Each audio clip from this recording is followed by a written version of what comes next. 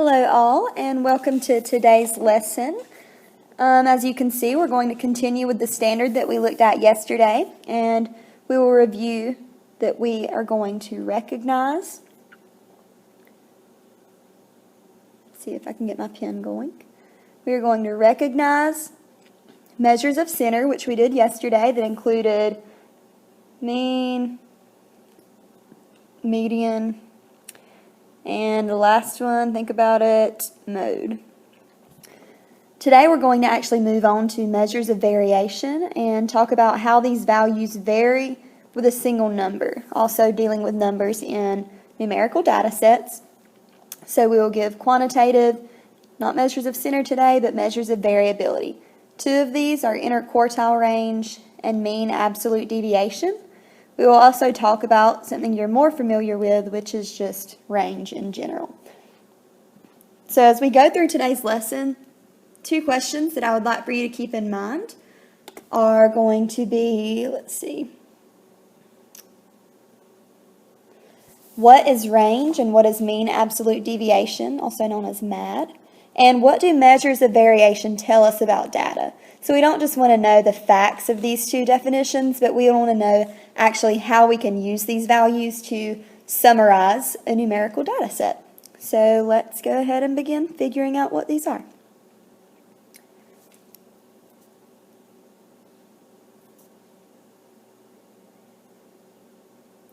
So first of all, a measure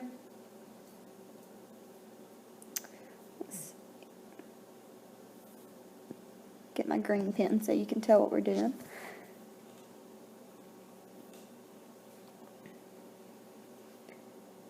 A measure of variation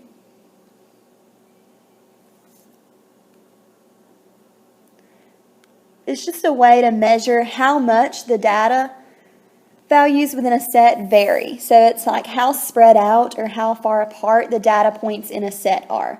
So yesterday we talked about the fact that data within a set are actually the values that you collect when we ask a statistical question.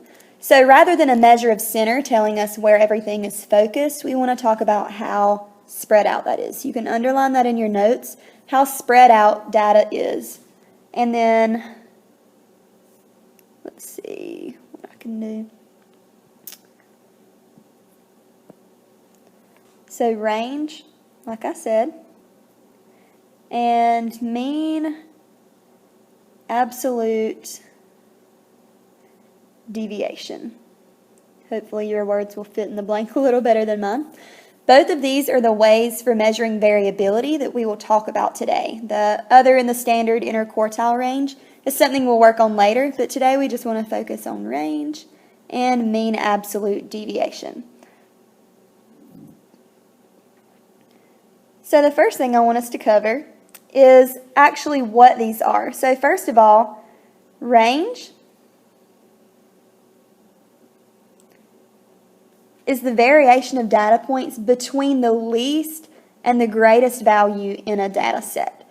So once we have our data, if you guys remember yesterday, we talked about putting data into an ordered set, which just means going from least to greatest.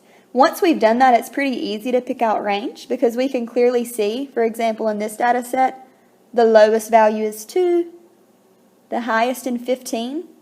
The range we want to find is what is in between these two values, so how far apart they are. So to find range, if you look at our, what you might call a formula here, range is the maximum, which is our largest value, minus the minimum, which is our smallest value. So for here, example, I have range is 15, my maximum, minus 2, my minimum, equals 13. Therefore, our range is 13. And you can write that in on your paper and circle it real big.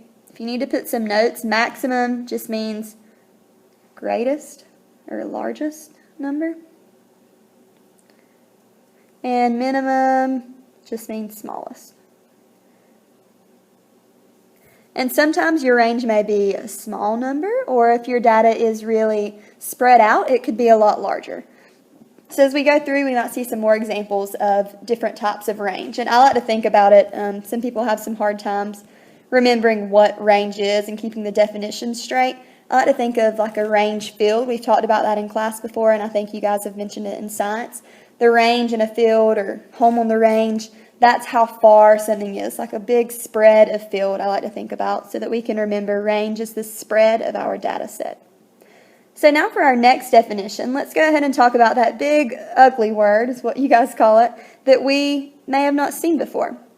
That word, I've already written it out for you, is mean absolute deviation, also known as MAD, capital M-A-D, to abbreviate the letters, is the average distance of each data point from the mean amount in a data set.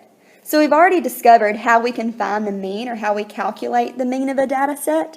And today we're going to use that skill to actually find a measure of variation related to the mean. So mean absolute deviation is just the distance of each data point from the mean. So keep in mind this word deviation basically just means distance.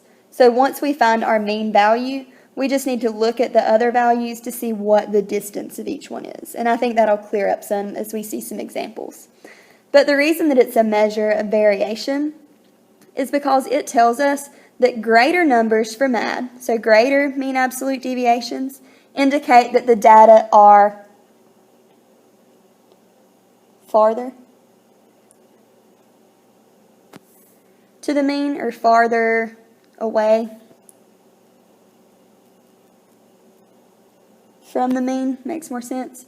And then lesser MADs, so lesser mean absolute deviations, indicate that data are more similar to the mean. So you can write in more similar to the mean. So if the value for your mean absolute deviation, because we're actually just finding the average of some numbers, if they're smaller, if your final answer is smaller, that means that overall your data is closer to the mean. It's not very spread out. But if your MAD at the end is a great number, if it's big, then that means your data are pretty spread out. So that tells us how much your data set varies. So let's go ahead and move on. Now that we've got some definitions that may not make a lot of sense yet, we can move on to apply these skills with some actual practice problems. So first, I want us to look at how we can solve range. So our first example, example 1, if you look on your notes, tells us this problem. It says there were 8 students who completed a survey on how many hours of television they watch each day. The results are as follows. And then we have our data set here. And I'm moving the screen. Give me just a second. I'm going to get my pen. And we are ready. So first of all, we've got our data set, like I said. And if you'll remember, the first thing that I like to do, and that you'll need to do anyway if it asks you to find median or the range, it's helpful to do too. So I'm going to put them in order. So I have 1, 2, 3, 4, 5, 2 6s, and 11. So first I need to find my maximum and my minimum. And if we recall, maximum is the largest number, and minimum is the smallest. So let's change pens to highlight which one we need to find. So first of all, if I want to look at our largest value, since I've put them in order, I can already see my largest is here, and that's 11. And my smallest value is 1. Now, you can clearly see, I think you guys know that you can pick out the largest number in a set, whether they're in order or not. But sometimes it helps keep it straight because I could easily look over this 1 here if I don't clearly search through the whole data set to make sure. So helping put it in order just keeps you organized. So now that I have my max here and my min here, I can go ahead and put that in. Range is maximum minus minimum. So I'm going to go ahead and write 11 minus 1, and that will give me my range. So you can clearly see, I think you guys know what 11 minus 1 is. The range is 10. So just to summarize my data from that, if we were going to maybe write a sentence explaining how our data varies, which is very possibly a question you may see in the future. To summarize that, I might say something like, the data varies by 10. And that kind of tells me how far spread out it is. So next thing, I know this may be pretty simple to you, pretty similar, and as you practice more, I think you'll be pretty confident in it. But the next thing I want us to look at is actually mean absolute deviation, or MAD. That word, I know, sounds very unfamiliar, but if we just take it step by step, you guys are going to do great at it. I'm really confident in that. So let's just read our example. We're going to use a different set of data here. It says the table shows that the number of contacts each girl has saved in her favorites list on her phone. Find the mean absolute deviation of the data set in the table. So we've got the girls' names, and then we have the number of favorites that are in their phone. So I look here, this is my data set, and I've actually put it in table form so that you guys can clearly see where it is. The first step for finding mean absolute deviation, keyword mean absolute deviation, first step is find the mean of the data set. And we all know how to do that. So I'm just going to take my data, 7 plus 12 plus 2 plus 6, 8, 10, and 3.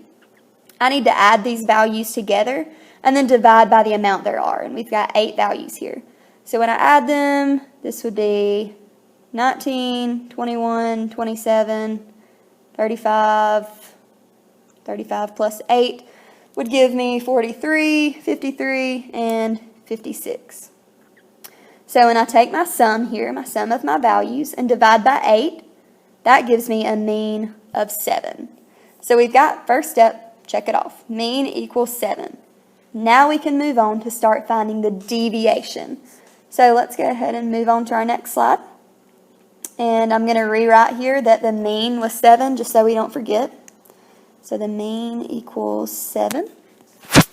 And I've set up this nice chart for you guys because the next step, step 2, says find the absolute value distance between each data value and the mean. So for instance, if the mean were 10 and a data value were 8, the distance would be 2. Because if you look at your number line here, and I'm at 8, you've got 9, and then 10, I would have to go 1, 2, and we're there. Or you could just say 10 minus 8 is 2. That would be your distance. Okay, so I'm going to clear that off real quick, and, not that, but, okay.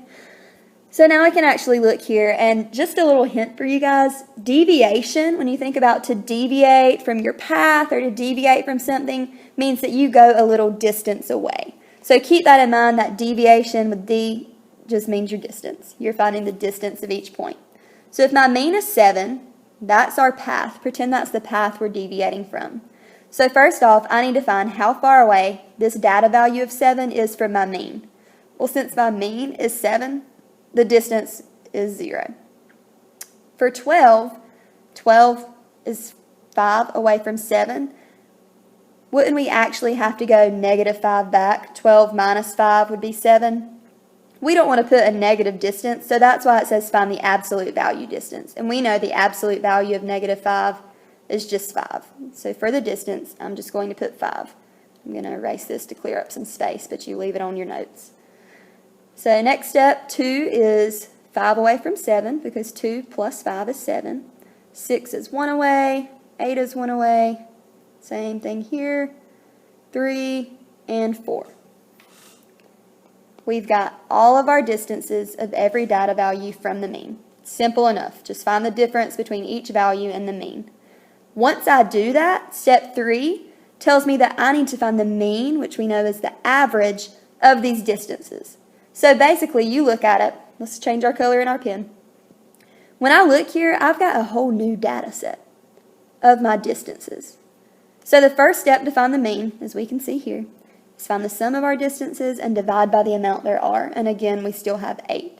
So I've got a space here to write in the sum. I know 0 plus 5 is 5. 5 plus 5 would be 10. 11, 12, 13. 13 plus 3 is 16. Plus 4 would be 20. Okay? So for my mean, I'm going to do 20 divided by 8. 8 goes into 20 2 times, and that's 16. When we subtract, we're left with 4, add a decimal and a 0, which we will carry and bring down. And 8 goes into 40 5 times. So the mean of these distances is 2.5. And guess what, guys? We have found our mean absolute deviation. If you think about the word, let's rewrite it and break it down. Mean absolute deviation. Like I said, the absolute part just means the absolute value of the distance so that we don't have distances going all over the place with negatives. But the mean, what we just did here, you're finding the average of your deviation or your distance. And for this case, it is 2.5, which is a pretty accurate representation of the distances of each value from the mean. And again, you can use the MAD to summarize how your data varies, because this tells us on average, every data point was about 2.5 values away from the mean. So they're not too far spread out. Nothing was like 20 points away, nothing was that far away. So we know that our data set is pretty close together, pretty close to the mean, and has an accurate measure of center.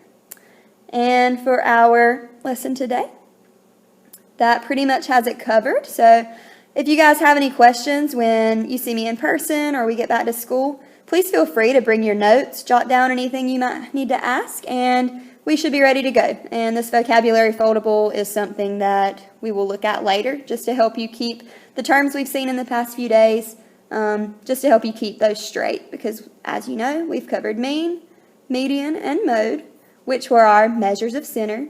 And today we've learned about range and mean absolute deviation. So those are both measures of variation. So I hope this finds you well, and I hope it can be of help to you. If you need to review the lesson or if you are out, just get with me and we will figure out what we need to. So have a nice night, guys.